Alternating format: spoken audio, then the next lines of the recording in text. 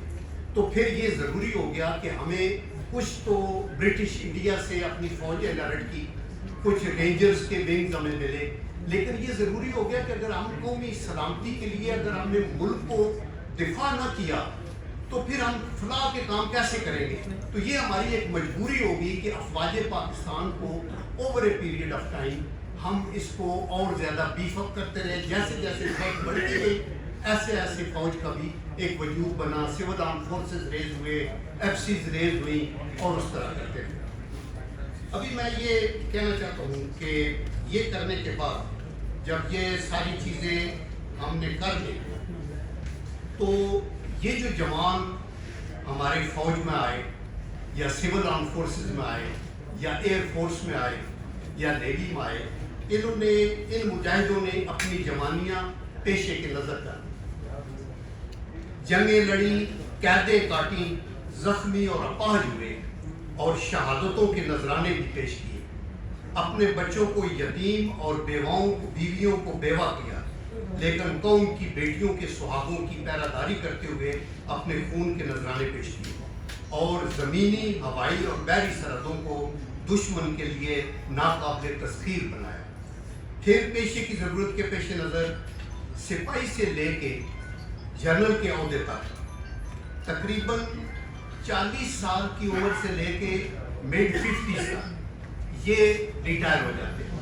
مثلاً ایک سپاہی اگر 18 سال کی عمر میں فوج میں آیا ہے اور اس کی 23 سال کی عمر ہے، سروس ہے، تو وہ 41 ایئر میں ریٹائر ہو جائے گا. آپ ابھی سوچیں کہ ایک بچہ، ایک بندہ نوجوان جس کے چھوٹے چھوٹے بچے ہیں اور ہمارا تو جو کلچر ہے اس میں ہمارے ماں باپ بھی ہمارے ساتھ ہیں، ان کو لک آفٹر کرنا پریارٹی 1 ہے بچوں سے بھی زیادہ، تو اس کے پاس پھر کیا رہ جاتا ہے.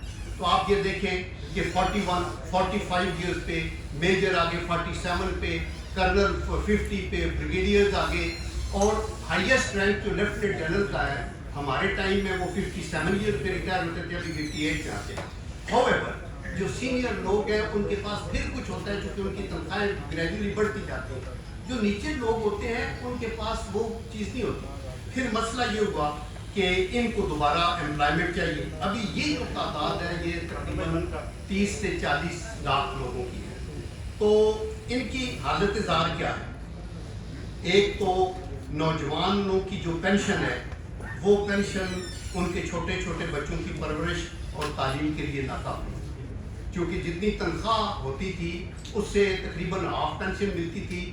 اور 65 کے اندر جو جنگ لڑی ان کی جو تنخواہ پینشنیں ہیں وہ اور ہیں، بعد میں جو ہیں وہ اور ہیں، آج کچھ اور ہیں. تو جو وہ اس وقت لوگ بندے شہید ہوئے اور لیے ستارہ جرت اور تمغہ جرت اور سب کچھ لیا، ان کی تنخواہیں اس کے برابر نہیں ہیں اور ان کا پرابلم ہے اور ان کے ساتھ کچھ افواج. پھر جنگوں میں زخمی ہو کر افواج ہونے والوں کا افواج پاکستان اور مسلح افواج کے ادارے خیال رکھنے کی کوشش تو کرتے ہیں، لیکن بہت سے ایسے پنشنروں کی حالت قابل رشک نہیں ہے.